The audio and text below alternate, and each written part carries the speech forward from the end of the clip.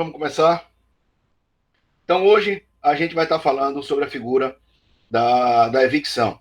Tá? A evicção está estabelecida nos artigos 447 a 457 do Código Civil.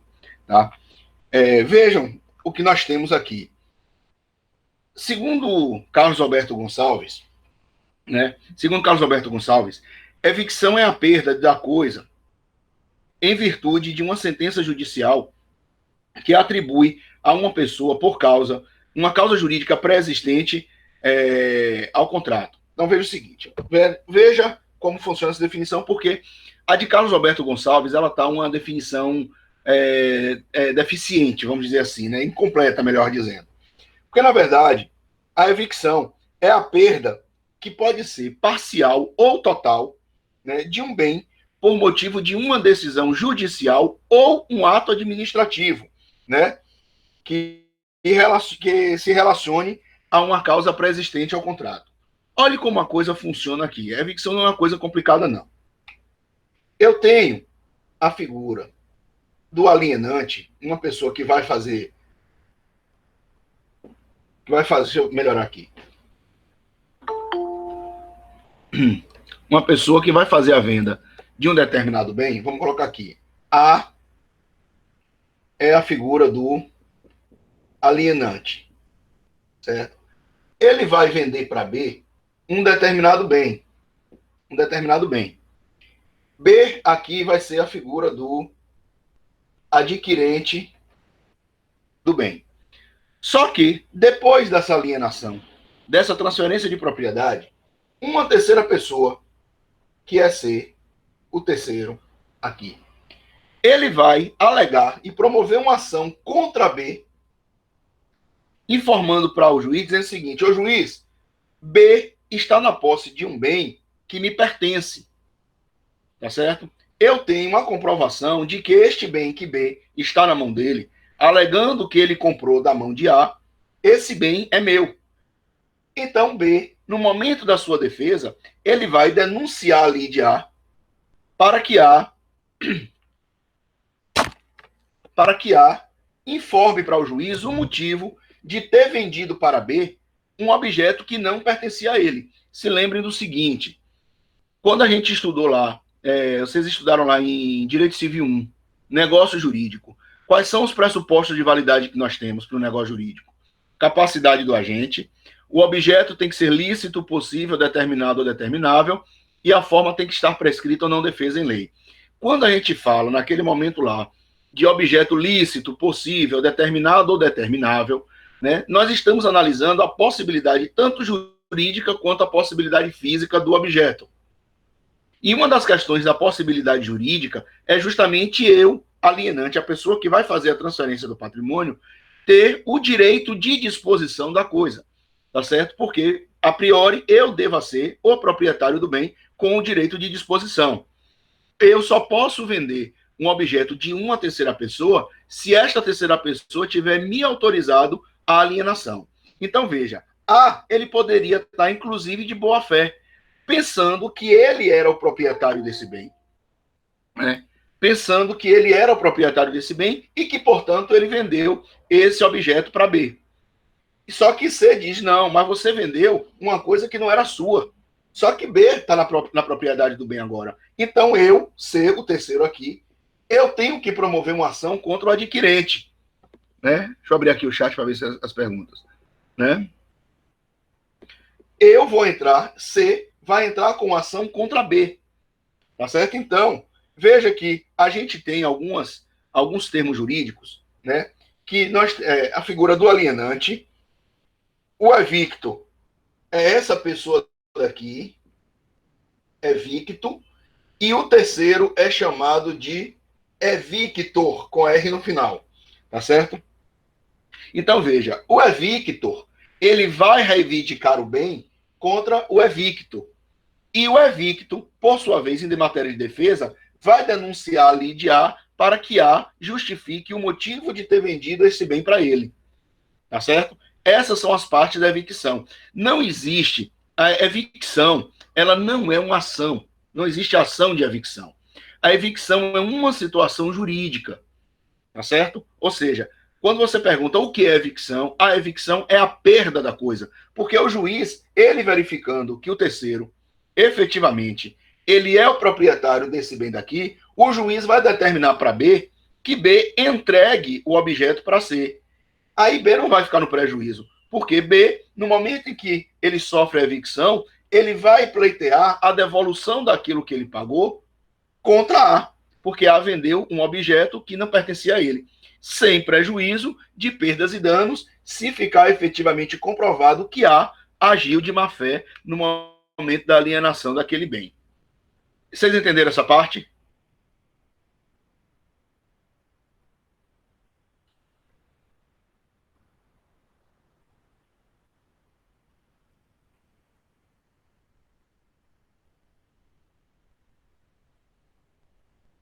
Pronto.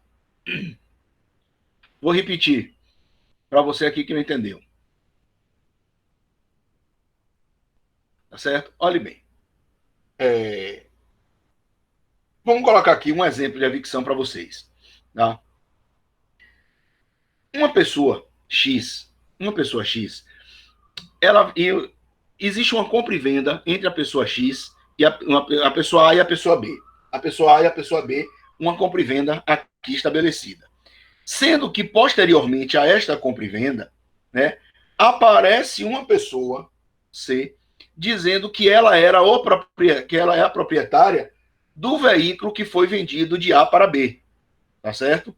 Então, B, ele pode sofrer a evicção, né, e ser obrigada por uma sentença do juiz a entregar o veículo para C, porque C vai comprovar a real propriedade do bem, tá certo? Então, nessa situação daqui, se o juiz determina que B entregue o bem para C, B não fica no prejuízo porque ele vai pleitear, ele vai ter um direito de indenização contra a pessoa que vendeu o bem para ele, certo? Ou seja, essa pessoa que ela vai assumir todos os prejuízos sofridos pela evicção.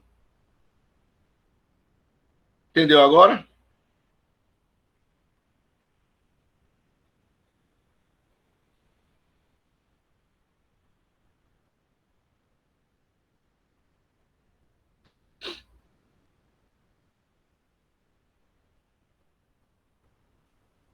Pronto. Agora veja uma coisa. É possível que no contrato, no momento que vocês celebrem um contrato, é possível que haja uma cláusula contratual. É por isso que isso aqui só vai ocorrer nos contratos comutativos. Tá? Se lembra dos contratos comutativos? Aquele que as partes têm o direito de discutir livremente as cláusulas. A pessoa que está vendendo bem, ela pode botar uma cláusula dizendo que ela não tem responsabilidade pela evicção.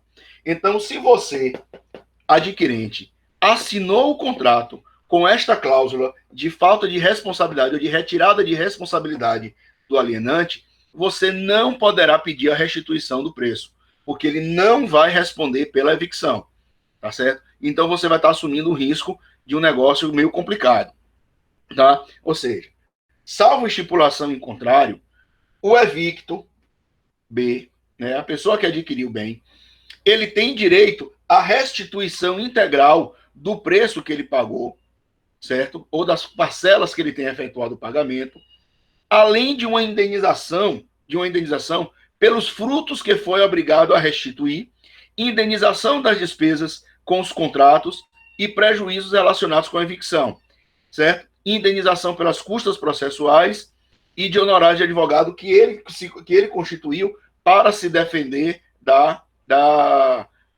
ação que se promoveu contra ele, né? É possível também, né, que esse daqui, que ele promova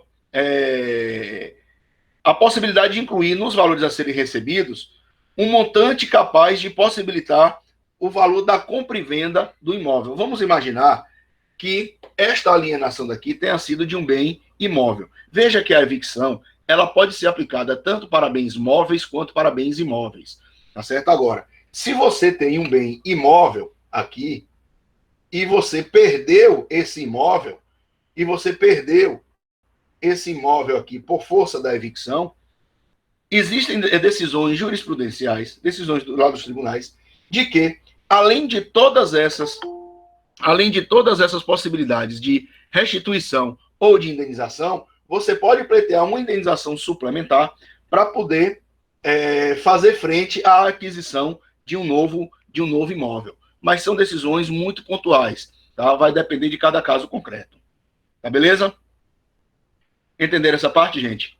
Se vocês quiserem colocar aí é, o que o evicto, as partes da evicção, quem são as partes envolvidas, né? Coloque aí a definição. Eu vou passar aqui para vocês a definição, vocês anotem no caderno de vocês. Posso começar? Coloque aí. De acordo com o artigo 447,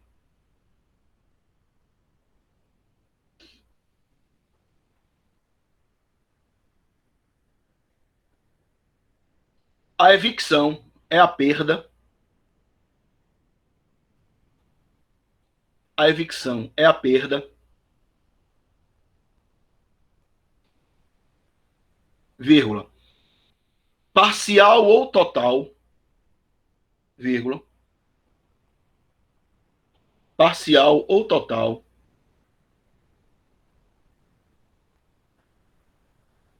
de um bem, abra um parêntese e coloque móvel ou imóvel,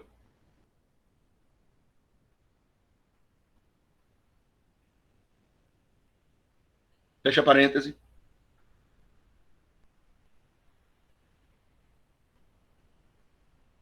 por motivo de uma decisão judicial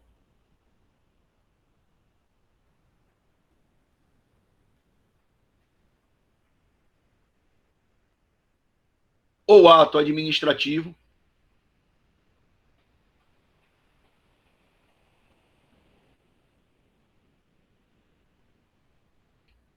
que relacione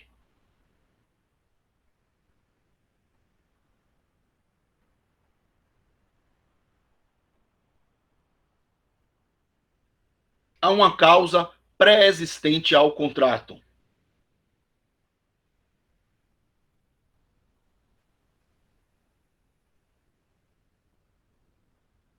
Ou ato administrativo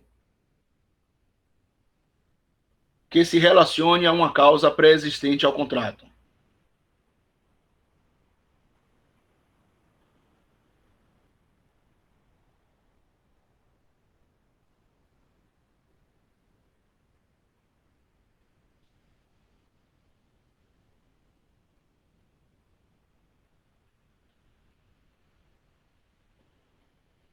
Coloque aí.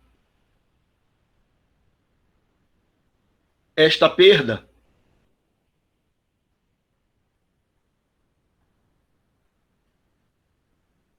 faz com que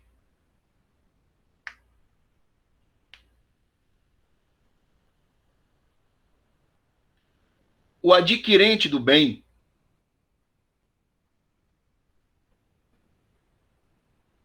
faz com que o adquirente do bem entregue a coisa a um terceiro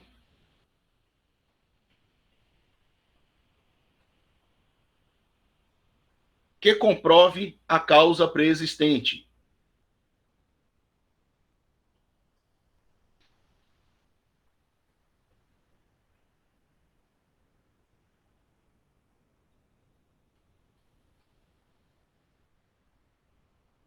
E, salvo disposição em contrário,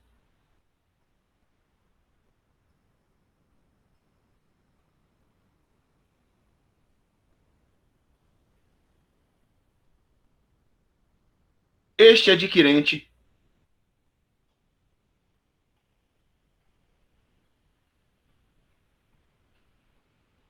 entre parênteses, evicto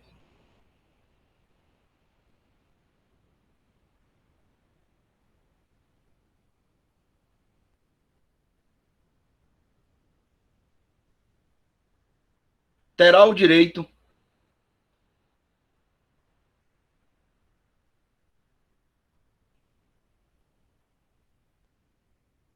a restituição integral daquilo que pagou,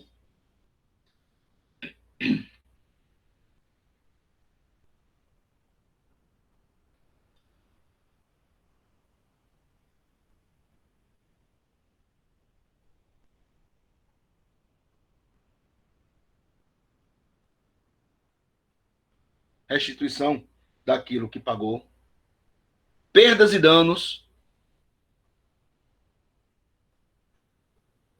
se o alienante estava de má fé,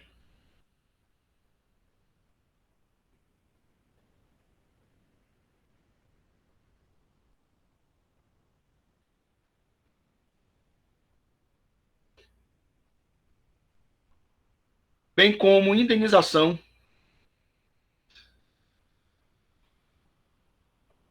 bem como indenização pelas custas judiciais e honorários de advogado por ele constituído.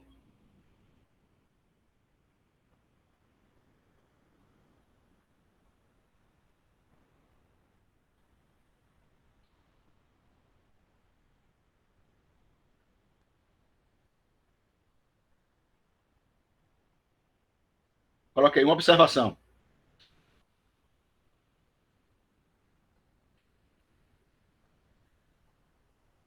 Em se tratando de imóveis,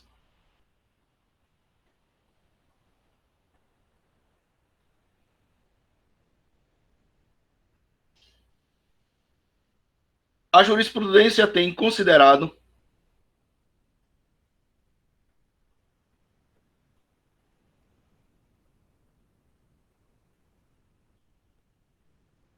a possibilidade de incluir na indenização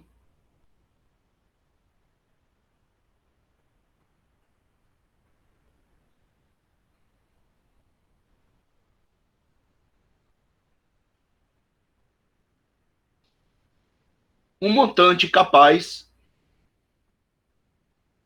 um montante capaz de possibilitar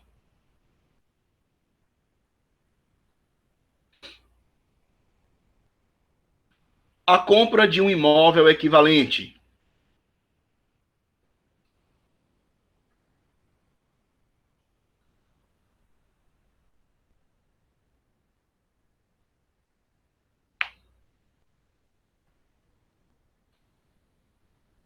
Ok?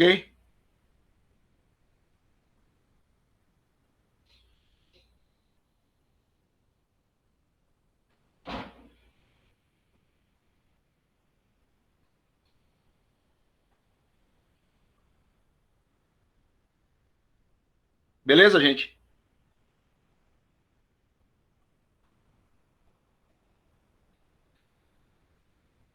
Maravilha. Complementem aí agora, coloquem. Aí. São partes na evicção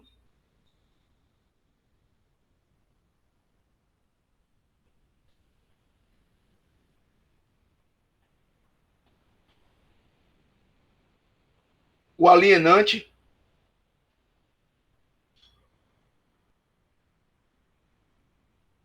o alienante,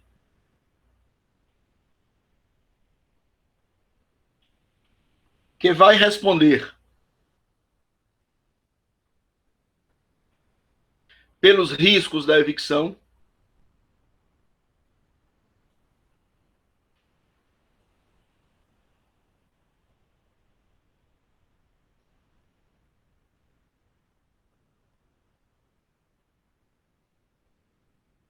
o evicto, o evicto ou o adquirente,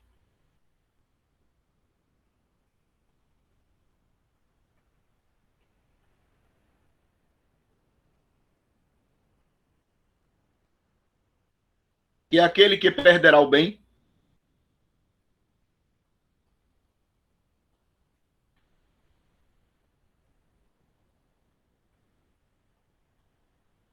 e o evictor, com R no final, e o evictor,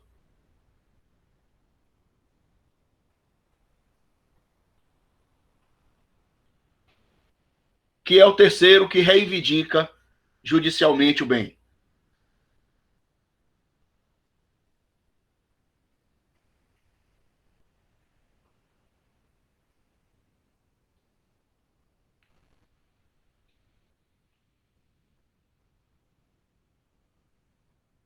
Coloquem. Para que haja a evicção,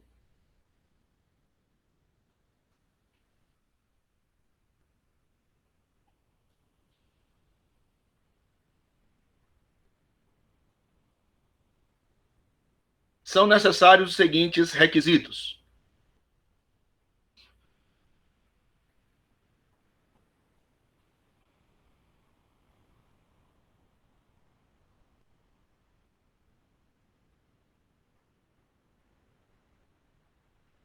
Somente vai ocorrer em contratos onerosos, somente ocorrer em contratos onerosos,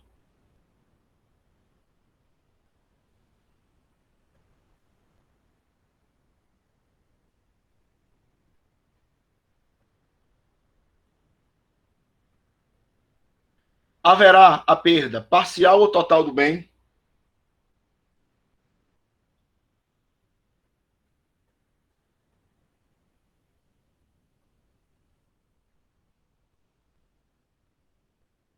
seja da propriedade, da posse ou do uso,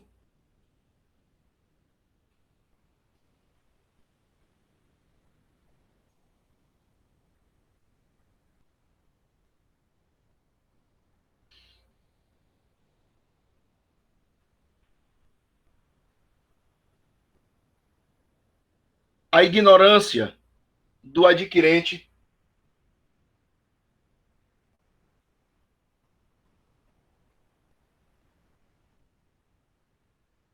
acerca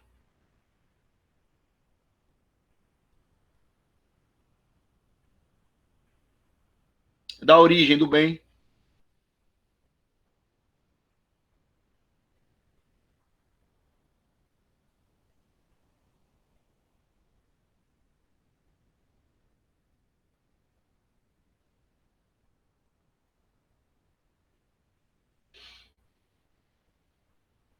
a causa da evicção, entre parênteses, direito do evictor, fecha parênteses,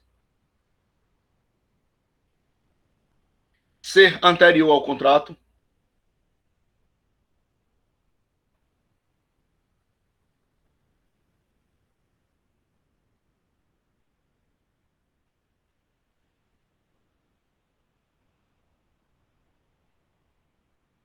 direito do evictor, aqui do evictor, direito do evictor ser anterior ao contrato,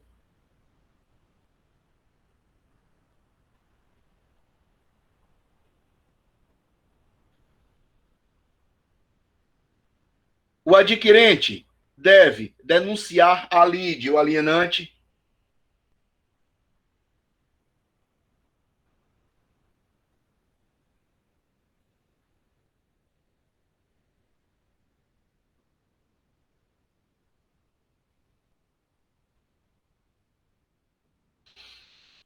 e tem que haver uma sentença ou ato administrativo que atribua o bem ao evictor.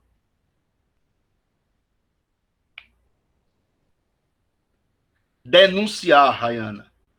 Denunciar, denunciar, denunciar a lide, o alienante.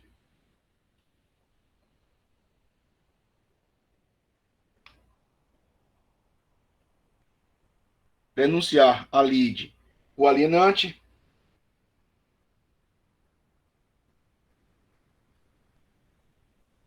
e tem que haver uma sentença ou ato administrativo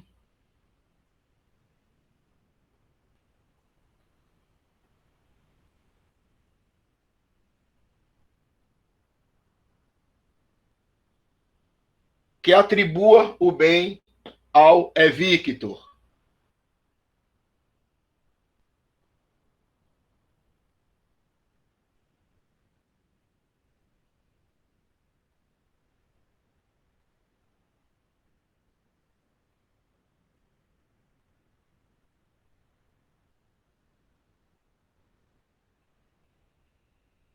Beleza? Vamos ver aqui só uma coisinha. Olha o que estabelece aqui o artigo 455 do Código Civil, falando de evicção ainda.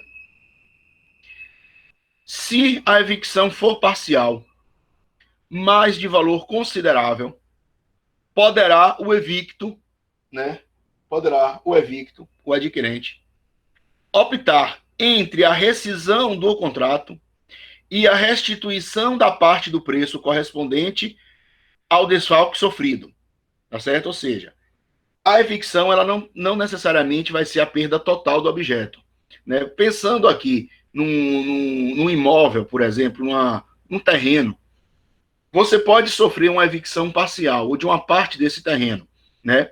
Então, se ela for parcial, mas se ela tiver um valor considerável, o evicto pode optar entre a restituição, a rescisão do contrato, e aí ele vai ser restituído de tudo aquilo que ele pagou, ou ele vai pleitear apenas restituição referente ao preço correspondente do desfalque que ele sofreu, tá certo? Agora, se o valor não for considerável, vai caber somente direito à indenização. Aí vem a pergunta: o que seria esse valor considerável? O que seria essa perda de natureza considerável? Depende da natureza do objeto que você está analisando na evicção, né? Se você tiver, por exemplo, um terreno, vamos fazer aqui um desenhozinho, tá? A pessoa tem aqui um terreno e ele vai sofrer evicção sobre essa parte daqui. Se você for analisar em termos de dimensão, isso daqui não vai ser um valor considerável, não. Então você pode pleitear apenas a restituição do preço. Agora, vamos imaginar que essa perda daqui, ela se dê numa questão de metade do terreno, ou próxima à metade, ou superior à metade. Aí vale a pena que você rescinda com o contrato e você pleiteie a devolução de tudo que você pagou para que você não fique no prejuízo. Entenderam, gente?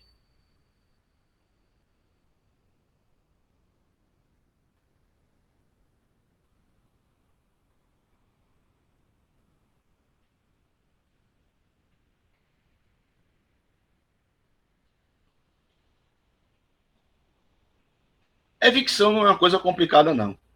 Certo? Evicção é uma coisa até simples para a gente trabalhar. Se vocês quiserem abrir o microfone para fazer algum questionamento, fica aí à vontade antes da gente dar continuidade.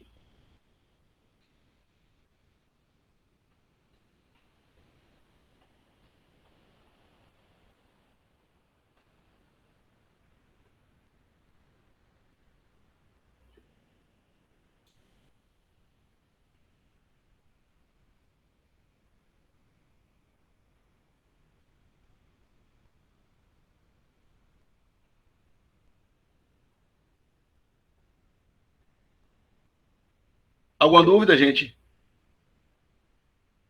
Beleza, vamos lá. Então, vamos começar a adentrar aqui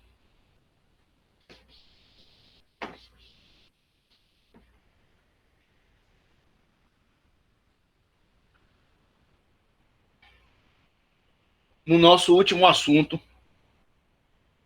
da V1.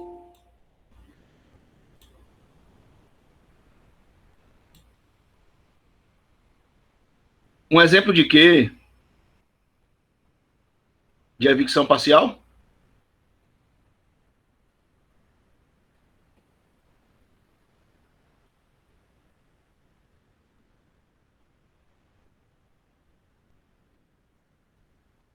Acabei de falar aqui, se você tem um terreno, você compra um terreno e uma terceira pessoa alega que parte daquele terreno que você comprou faz parte da propriedade dele.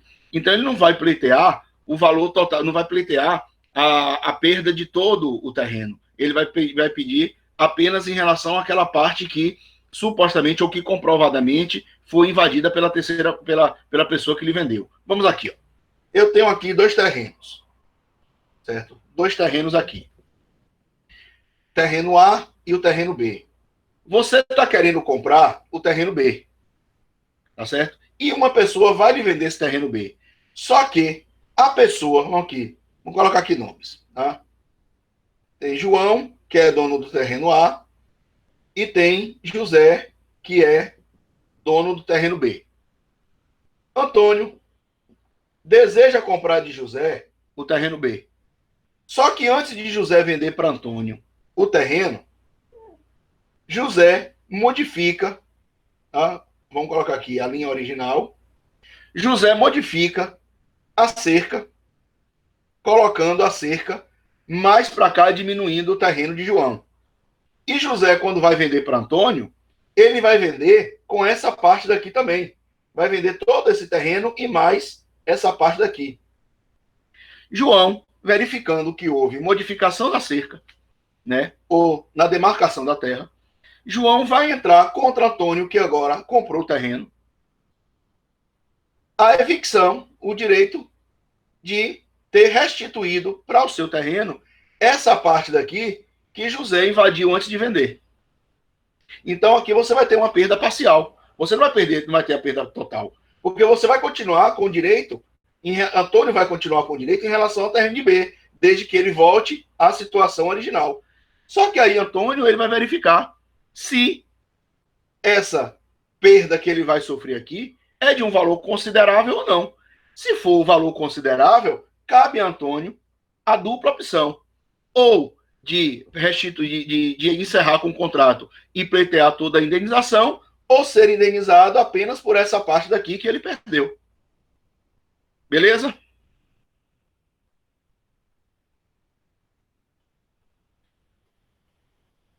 Maravilha.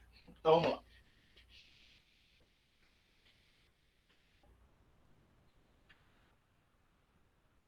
Nosso último tópico, antes da V1,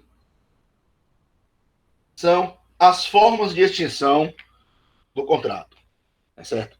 Gente, aqui a gente tem que tomar um pouquinho de cuidado com algumas informações. Até por umas questões técnicas. Quando a gente fala de extinção de contrato, nós temos efetivamente 3 formas de se extinguir um determinado contrato. Ou pela resolução do contrato, ou pela resilição do contrato, ou pela rescisão do contrato. Tá?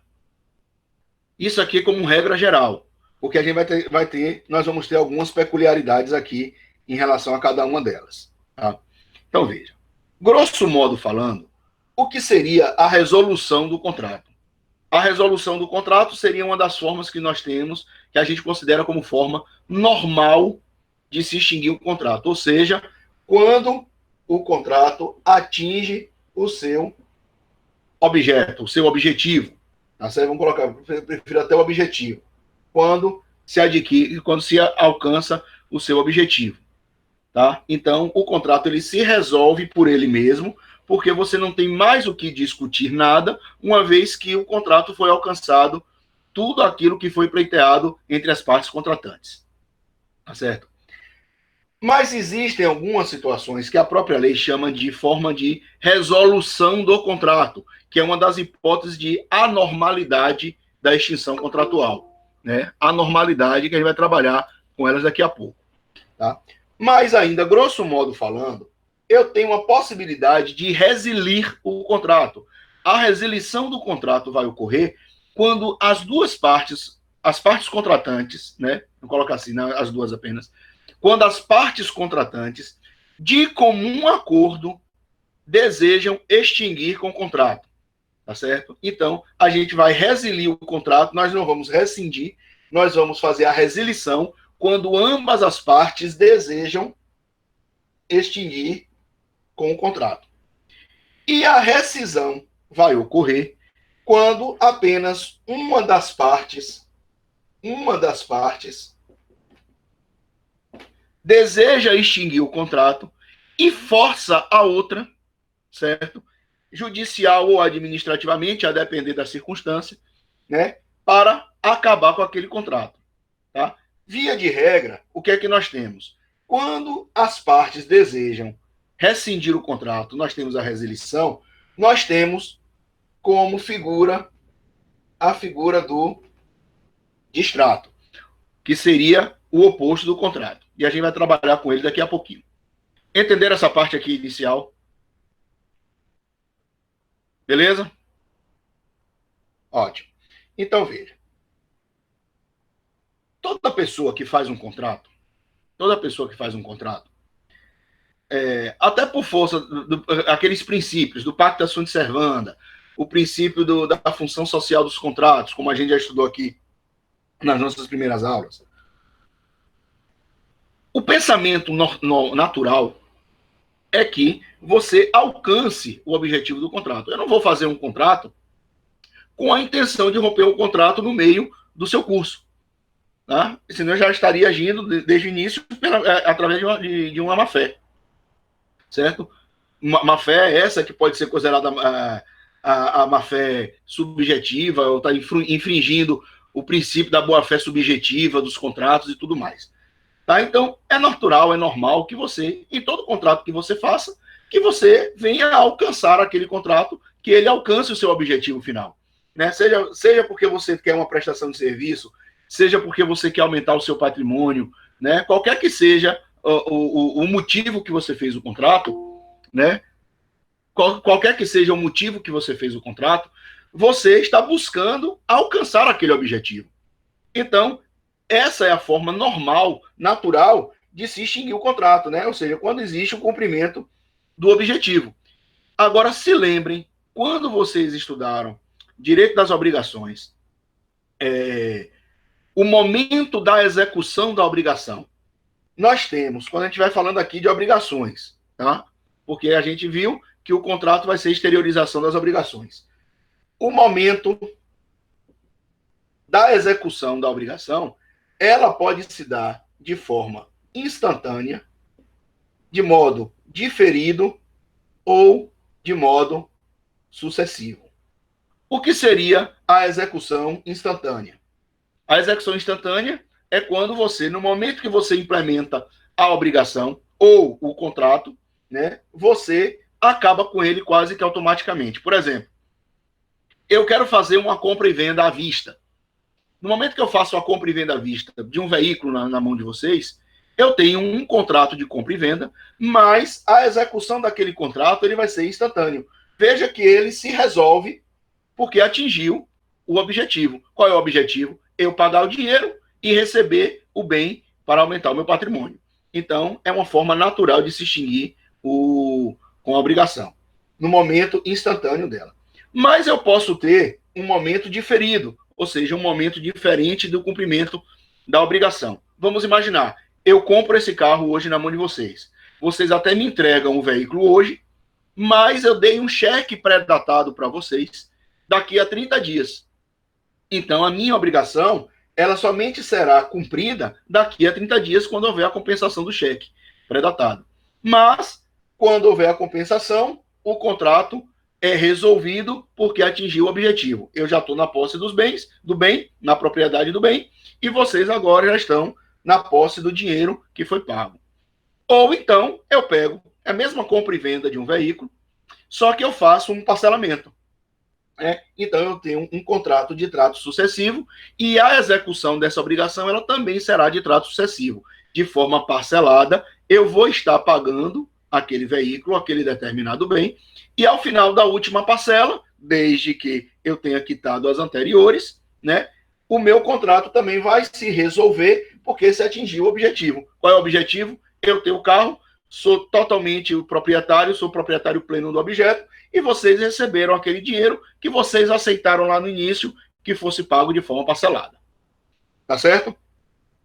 Entenderam essa parte da resolução? Agora, a resolução como forma normal de extinção do contrato. Ficou claro, gente, isso?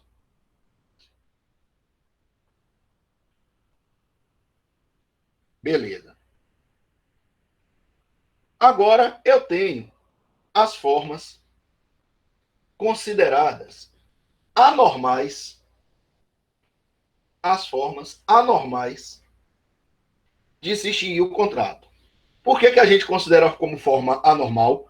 Pelo simples fato de a forma anormal ser alcançar o cumprimento do contrato.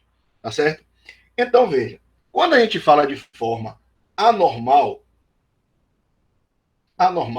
de extinção de contrato, essa vai se dar a anormalidade por força da inexecução do contrato. Ou seja, ele não foi cumprido na sua integralidade. Tá certo?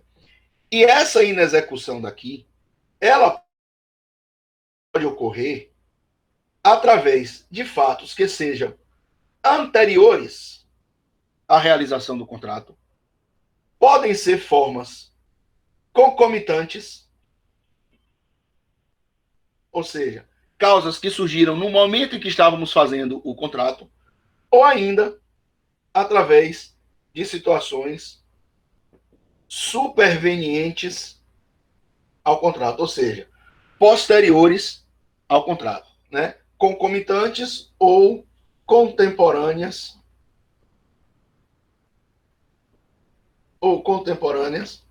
ao momento da celebração do contrato. Tá? Agora, veja que quando a gente começa a trabalhar, vamos trabalhar aqui inicialmente com as causas anteriores ao contrato. Eu posso ter, dentro das cláusulas anteriores ao contrato, a figura da nulidade ou da anulabilidade do contrato. Vamos lá. Todo contrato, como nós vimos aqui, eles têm natureza jurídica de negócio jurídico. E sendo negócio jurídico, a gente tem que analisar os pressupostos de validade estabelecidos no artigo 104 do Código Civil. Capacidade do agente, objeto lícito, possível, determinado ou determinável, e a forma prescrita ou não defesa em lei. Tá certo? Quando vocês estudaram lá também negócio jurídico, vocês devem se lembrar do quanto estabelecido no artigo 166 do Código Civil, que fala da nulidade dos negócios jurídicos. É nulo o negócio jurídico quando celebrado. Exemplo, quando celebrado por pessoa absolutamente incapaz. Isso significa dizer que eu não posso diretamente estar celebrando um negócio jurídico com uma pessoa absolutamente capaz. Eu só posso fazer isso através do seu representante legal. Isso quer dizer que, se eu faço um negócio, um contrato com uma pessoa menor de 16 anos, esse contrato é nulo de pleno direito. Ou seja, ele vai se extinguir, né, por força da nulidade, que é uma causa existente anterior ao contrato celebrado. Tá certo? Como eu posso ter também causas de anulação do negócio jurídico. Quando é que o negócio jurídico será anulado? Quando ele foi celebrado com base no erro, quando ele foi celebrado com base no dolo, com base em dolo, coação, lesão, estado de perigo, fraude contra credores, né? Simulação é caso de nulidade. Se lembrem disso. Simulação é caso de nulidade, né? Por força do artigo 167 do Código Civil.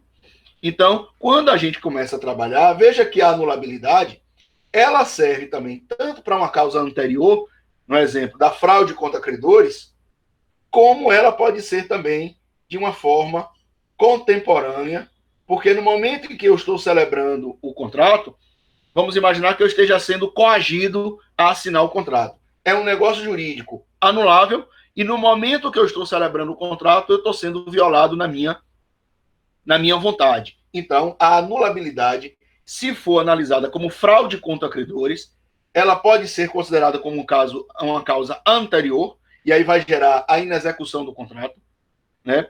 Porque, inclusive, se lembre que na fraude contra credores eu posso sofrer uma ação pauliana, né?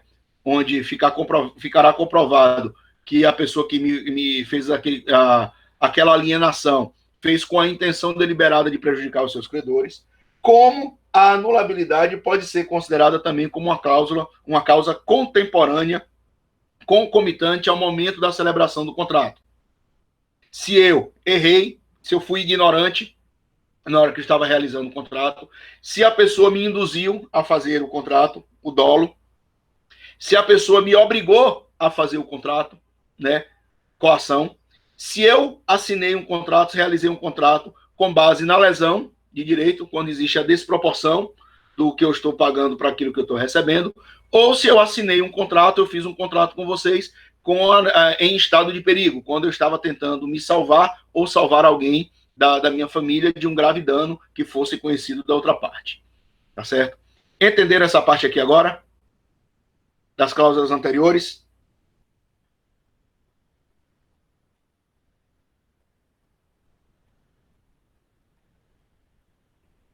E galera, beleza, maravilha. Agora veja que eu tenho várias possibilidades, algumas possibilidades aqui, quando a gente começa a analisar esta inexecução do contrato através das cláusulas contemporâneas. A gente chama de cláusula contemporânea no momento em que você está celebrando o contrato, essas cláusulas existem aqui. Uma delas, como nós vimos, são os casos de anulabilidade, certo? Mas podem ser também decorrentes de uma coisa chamada condição resolutiva do contrato, ou quando ficar estabelecido o direito de arrependimento. Veja, as anulações, as causas de anulabilidade, nós já vimos aqui. Como causa contemporânea, a gente tem um erro, a gente tem um dolo, a gente tem uma coação, a gente tem a lesão, a gente tem um estado de perigo, tá certo? Como causas de anulabilidade.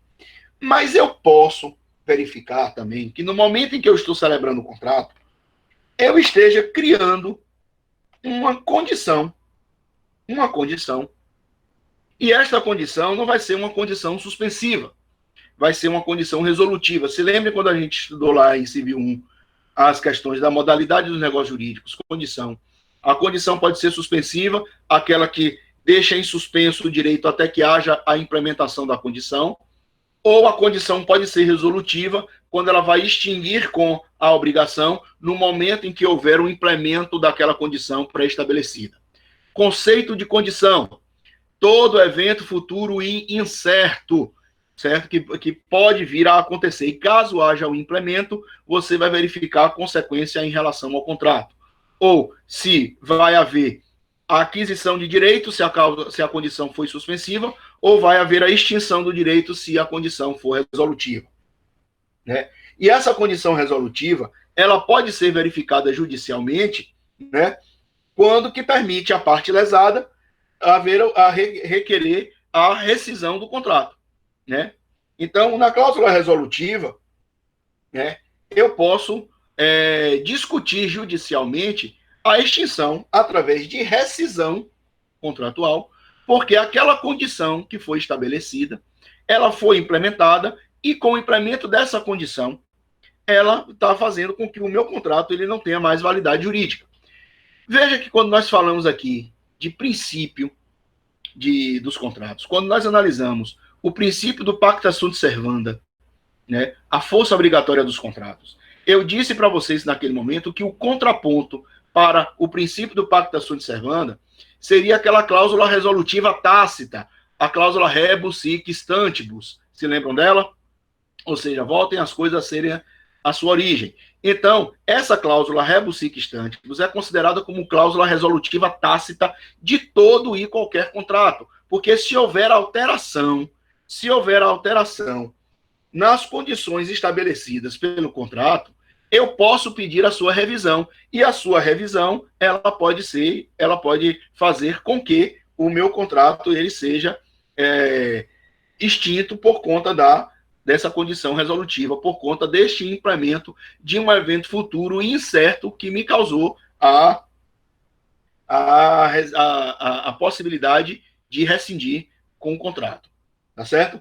E eu tenho ainda a figura do direito de arrependimento, né? Quando a gente viu o direito de arrependimento aqui, quando a gente estudou a figura das arras, e aqui somente vai se aplicar se as arras forem penitenciais, ou seja, as arras vão ser penitenciais, na verdade, se o contrato rezar o direito de arrependimento. Veja, que havendo direito de arrependimento, eu estou clausulando esse direito de arrependimento no momento que estou celebrando o contrato, ou seja, é uma forma contemporânea. E o direito de arrependimento eu posso utilizar ou não, uma vez que é um direito, né? É uma faculdade que eu tenho de me arrepender do contrato ou não, certo? E eu me arrependendo do contrato, eu peço a sua extinção contratual. Entenderam, gente, essa parte daqui?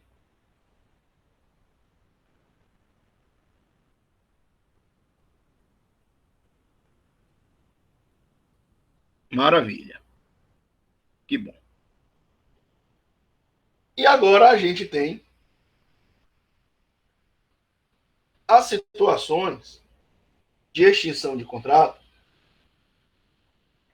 que vão se dar através de situações supervenientes, ou seja, causas que acontecem posteriormente à realização do contrato.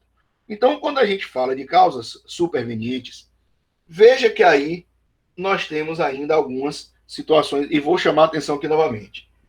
Ainda temos a figura da resolução, nós temos a figura da resilição, aquelas partes iniciais que nós falamos. Eu tenho ainda a figura da rescisão.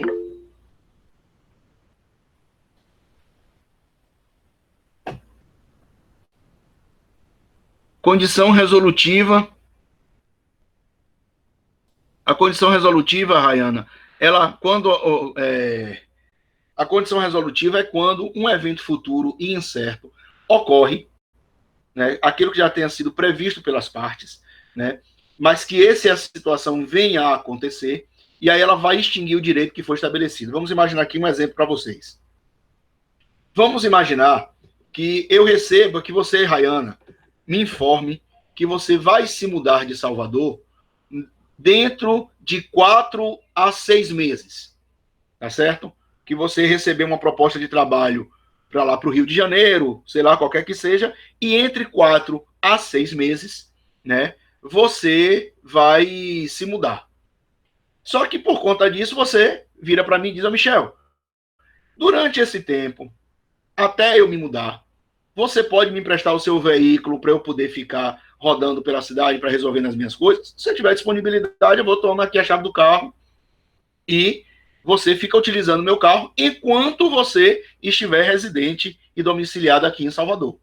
Tá certo? A gente não sabe quando você vai se mudar. Se vai ser daqui a 3 meses, se vai ser daqui a 4, 5, 6 meses, pode até postergar um pouco mais, 7 meses, ou você pode ser chamada antecipadamente.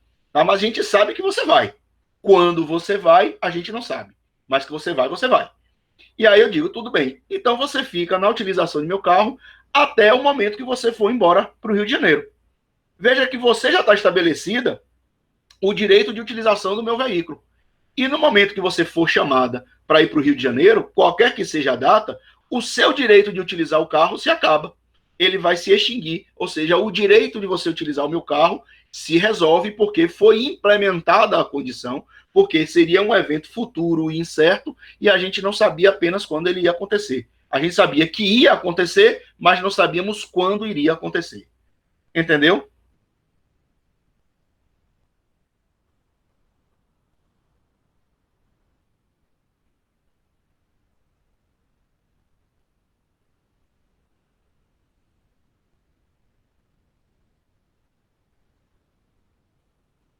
Ai, agora não me lembro, não, já paguei. E a gente tem outra aqui agora, também como caso superveniente, a morte de um dos contratantes. Direito de arrependimento. Obrigado, Igor. Valeu, meu amigo, também. Então, veja. Quando a gente tem aqui a figura da resolução, né, eu vou botar aqui do lado, né, resolução, resolução. Porque a resolução aqui, como causa superveniente, ela pode ocorrer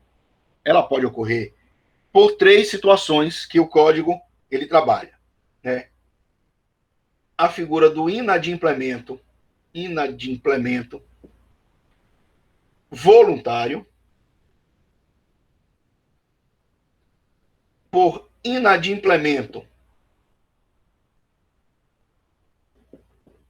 involuntário,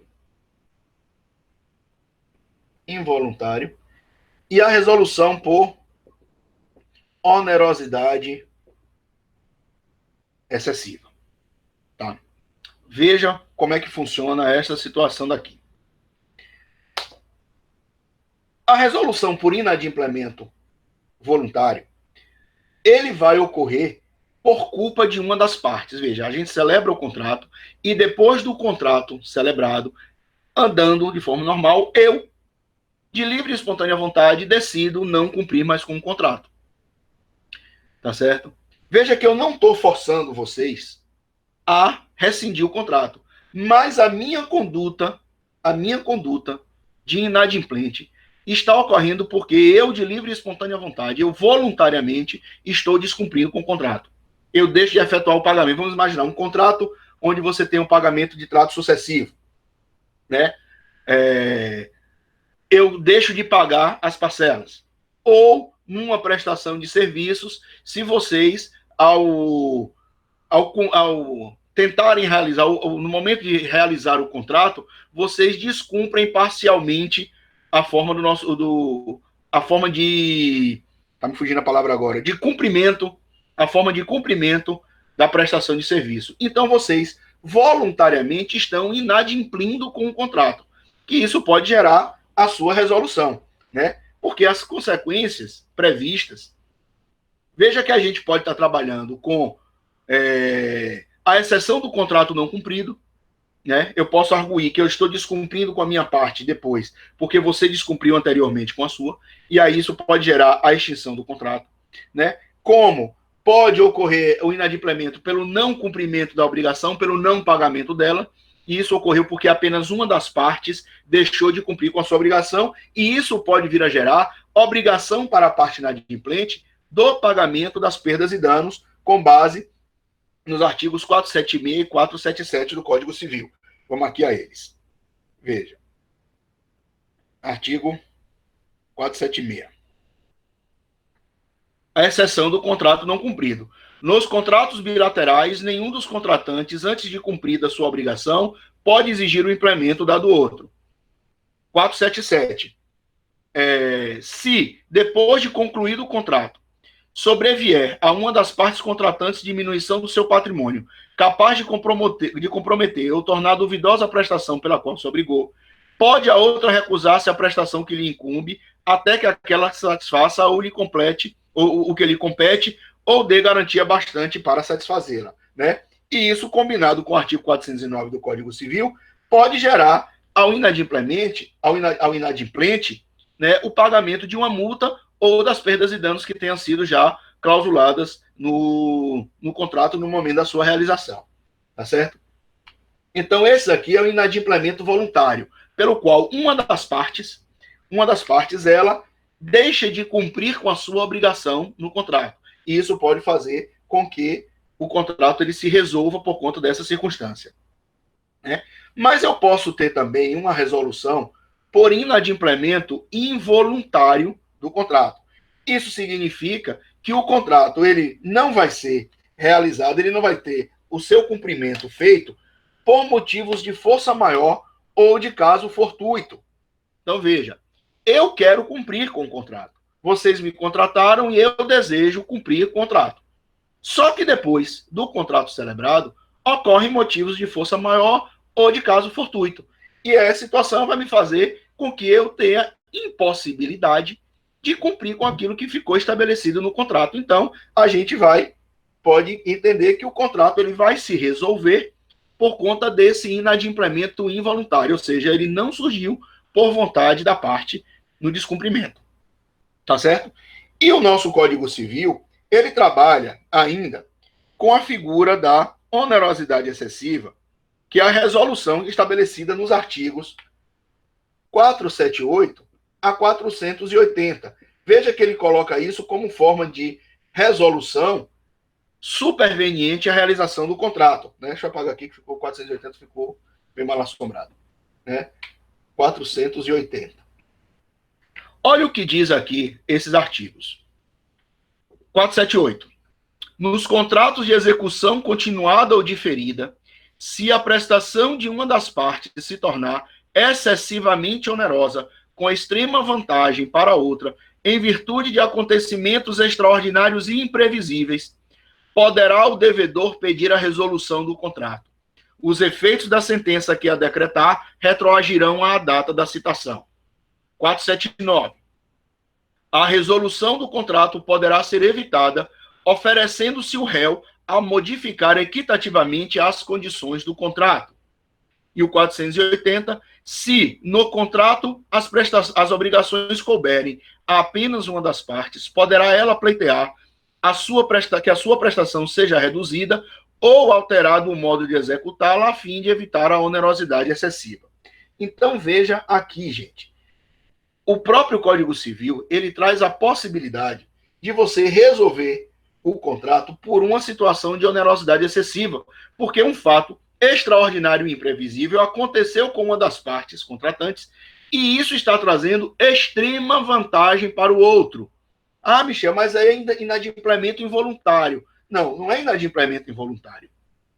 Ainda que seja inadimplemento que você considere um motivo de força maior ou de caso fortuito, na onerosidade excessiva, a parte que está descumprindo, ela não tem condição de cumprir com aquilo que foi clausulado, mas está, em contrapartida, aumentando um excesso, né, aumentando o patrimônio, né, da outra parte. Ou seja, está dando uma extrema vantagem para a outra parte. Então, diante disso, na verdade, você vai ter uma lesão de direito aí. E aí você pode pleitear para o juiz dizendo, olha, excelência, aconteceu essa situação daqui e eu não tenho condição de manter o contrato, ainda que eu deseje manter o contrato.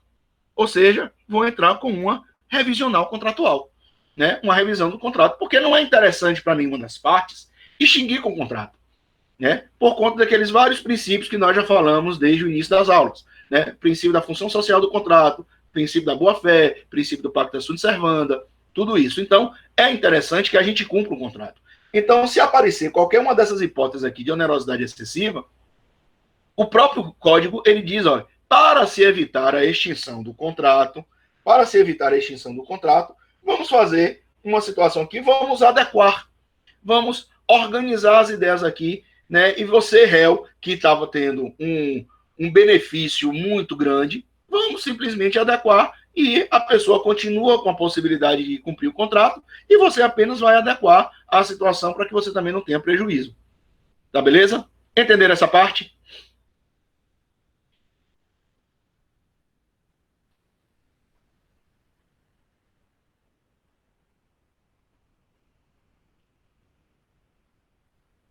Beleza. Aí nós vemos aqui agora a outra parte que nós falamos, que é uma forma superveniente de você extinguir o contrato, que seria a figura da resilição. Tá? Como eu disse para vocês, a resilição ela vai se dar por força do distrato, ou seja, quando ambas as partes contratantes desejam, de comum acordo, extinguir com o contrato que foi celebrado. Óbvio que isso às vezes vai partir de uma pessoa, de uma parte para outra, dizer o seguinte, ó, esse contrato não está dando muito certo, vamos acabar aqui, vamos extinguir o contrato, é de comum acordo, não vamos ter prejuízo nenhuma das partes, né? Então, a gente tem a figura do distrato. As partes decidem, de comum acordo, acabar com o contrato. Importante para vocês o seguinte, gente. O distrato, ele sempre deverá ser feito, né? No mínimo, da mesma forma com que o contrato foi celebrado. Isso significa dizer o quê? Se eu tenho um contrato escrito com vocês, eu só posso distratar de forma escrita. Não vai servir para a gente o distrato meramente verbal. Agora, se eu fiz um contrato verbal com vocês, o distrato pode ser verbal, mas pode ser por escrito também. Veja que eu não tenho que fazer o distrato da mesma forma, ou de forma, da mesma forma que o contrato foi celebrado, desde que, no mínimo, seja nas mesmas condições. Então, veja, se o contrato é verbal, eu posso fazer ele de forma verbal. Posso. Como eu também posso fazer de forma escrita. Mas se o contrato é escrito, eu não posso fazer o distrato de forma verbal. Porque eu não vou ter segurança jurídica nenhuma de que eu fiz aquele distrato. Porque eu vou ter apenas como prova o contrato celebrado. Tá certo? Ah, Michel, mas e se eu gravar a nossa conversa? Pode servir como prova? Pode servir de prova, pode. Mas existem alguns contratos que, inclusive, eles têm uma formalidade específica. Eu não posso fazer, por exemplo, um distrato do contrato de casamento de forma verbal. Ó, meu amor, estamos casados, nosso casamento não está dando mais certo, cada um segue sua vida. Não, a gente continua casado. Eu tenho que fazer o divórcio, que vai seguir um rito específico, que é a forma de você distratar o contrato de casamento. É a figura do divórcio. Tá certo? Ainda que parta de uma das partes e a outra pode aceitar ou não aceitar. Agora, se ela não aceitar, vai ser a rescisão. Né? Então, vai ser um divórcio litigioso, no exemplo que a gente está dando aqui. Tá certo? Ou eu posso obrigar a pessoa a fazer o distrato, que aí estaria já entrando na parte da rescisão aqui. Tá certo? Mas eu quero que primeiro vocês entendam que a resilição ela se dá por força do distrato, e o distrato ele tem que ser feito, né, da mesma forma com que o contrato foi celebrado. Beleza?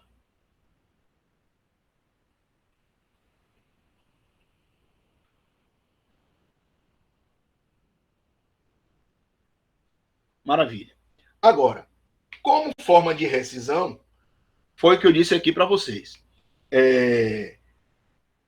Na rescisão, a vontade de extinguir com o contrato, ela vai partir originalmente de uma das partes. E aí a outra parte, ela não está aceitando a extinção do contrato. Então eu posso forçar que aquela pessoa, ela seja obrigada a romper com o contrato. Como a rescisão, ela pode ocorrer de uma forma de uma das partes, como ocorre, por exemplo, aqui, a título de exemplo apenas, na rescisão de um contrato de trabalho. É um direito que eu, empregador, tenho de virar. Eu não quero mais que você trabalhe para mim. Veja, para o empregado, às vezes não, mas eu preciso do emprego. Sim, mas eu não quero que você trabalhe mais para mim. Então você não vai trabalhar mais para mim. Então eu vou rescindir o contrato dele. Eu não estou fazendo uma resilição. Eu estou rescindindo, eu estou extinguindo com o contrato com ele. Óbvio que eu vou ser obrigado a pagar tudo aquilo que eu devo para o meu empregado. Da mesma forma, acontece nos contratos de natureza civil. Eu faço um contrato com vocês, mas estou vendo que não vale mais a pena eu continuar com esse contrato com vocês. Então eu vou dizer, olha galera, eu não quero mais fazer contrato com vocês não. Ah, Michel, mas a gente quer. Pô, mas eu não quero. Eu não sou obrigado a permanecer num vínculo contratual. Óbvio que o que eu tiver descumprindo por conta desta rescisão, eu vou ser obrigado a pagar para vocês. Eu vou ser obrigado a indenizar ou vou ser obrigado a ressarcir se aquela conduta minha está se dando com a vontade deliberada de extinguir com o contrato. Ah, Michel, então é a mesma coisa de inadimplemento voluntário? Não. No tem um contrato vigorando, o contrato continua e eu descumpro com as partes do contrato, mas o contrato está ainda dando continuidade. Entendeu? Ele vai se resolver, porque vai chegar um momento que a outra parte vai dizer, pô, eu não quero mais também. Não está sendo legal para mim. Mas na rescisão, eu posso forçar vocês, inclusive de forma judicial, a extinguir o contrato. Vamos imaginar. A gente tem um contrato de sociedade e advocacia. Tá? Aí eu digo para vocês, galera, eu não tenho mais interesse de permanecer com vocês, não. Ah, Michel, mas a gente quer. Mas eu não quero. Mas eu não vou assinar distrato da nossa sociedade, não. Beleza, eu posso simplesmente ingressar com uma ação e pedir que esse contrato de advocacia, né, da nossa sociedade de advocacia, do nosso escritório, ele seja rescindido, eu saindo da sociedade, recebendo aquilo que eu tenho que receber, né, ou oferecendo até para vocês as minhas cotas societárias para que vocês deem continuidade. Vai dizer, a sociedade pode até continuar, mas não vai continuar mais comigo. O meu contrato com vocês está sendo rescindido. Eu não quero mais permanecer com vocês. Entendeu? Entenderam como funciona a rescisão?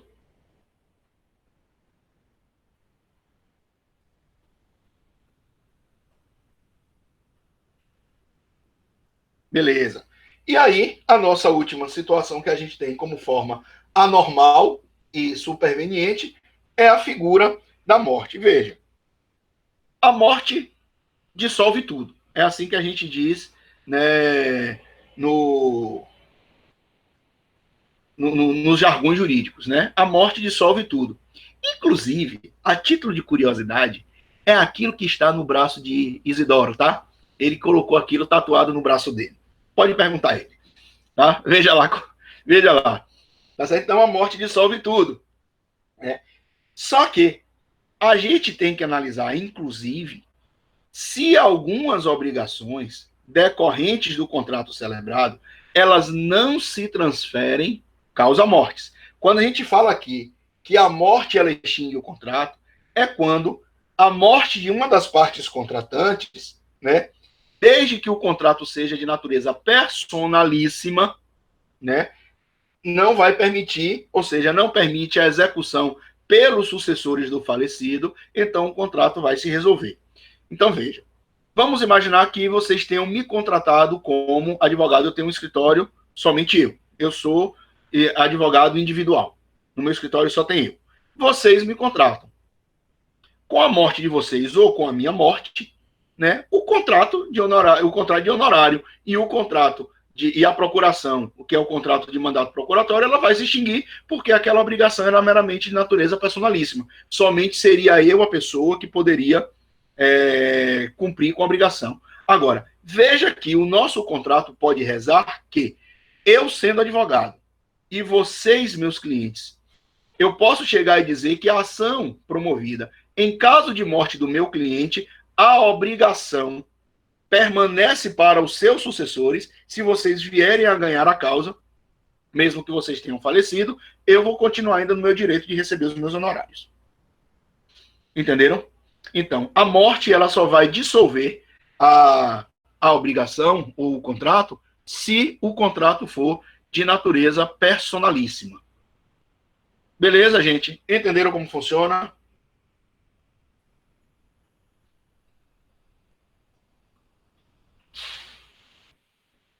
Que bom. Vocês têm alguma dúvida? Se tiverem dúvida, pode perguntar aqui no chat ou abram aí o microfone para que vocês perguntem.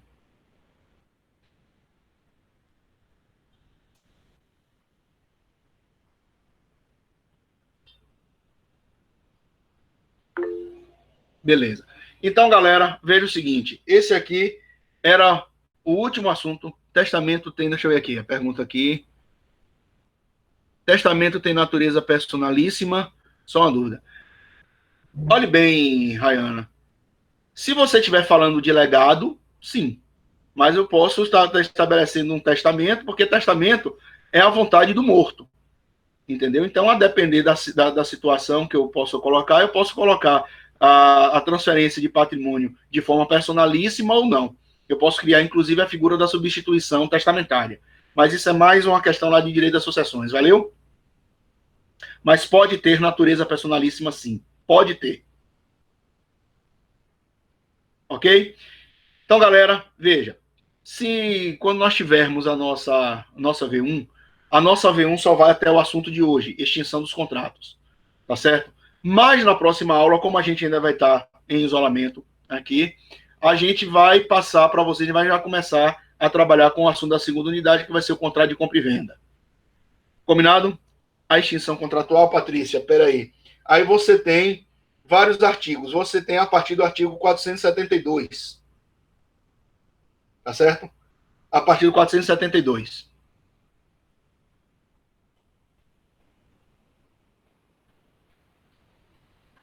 Quando ficar estabelecida a data da prova, a gente pode fazer uma revisão, sim. Porque eu acredito que a gente não sei se a gente se vai ser assim, olha, acabou a quarentena, na próxima aula já vai ser a prova. A gente tem que primeiramente ver como é que vai funcionar isso. porque aí a gente vai ver se a gente vai fazer uma revisão ou virtual ou vai fazer uma revisão presencial. Tá beleza? Ou, Elisa, eu prefiro que na próxima aula a gente já dê continuidade, porque a gente não sabe até quanto vai demorar esse isolamento aqui. E a gente tem uma ementa para cumprir.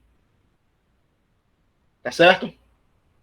Valeu, galera. Eu vou encerrar aqui a nossa gravação. Obrigado pela presença de vocês, né? Tô com saudade de vocês.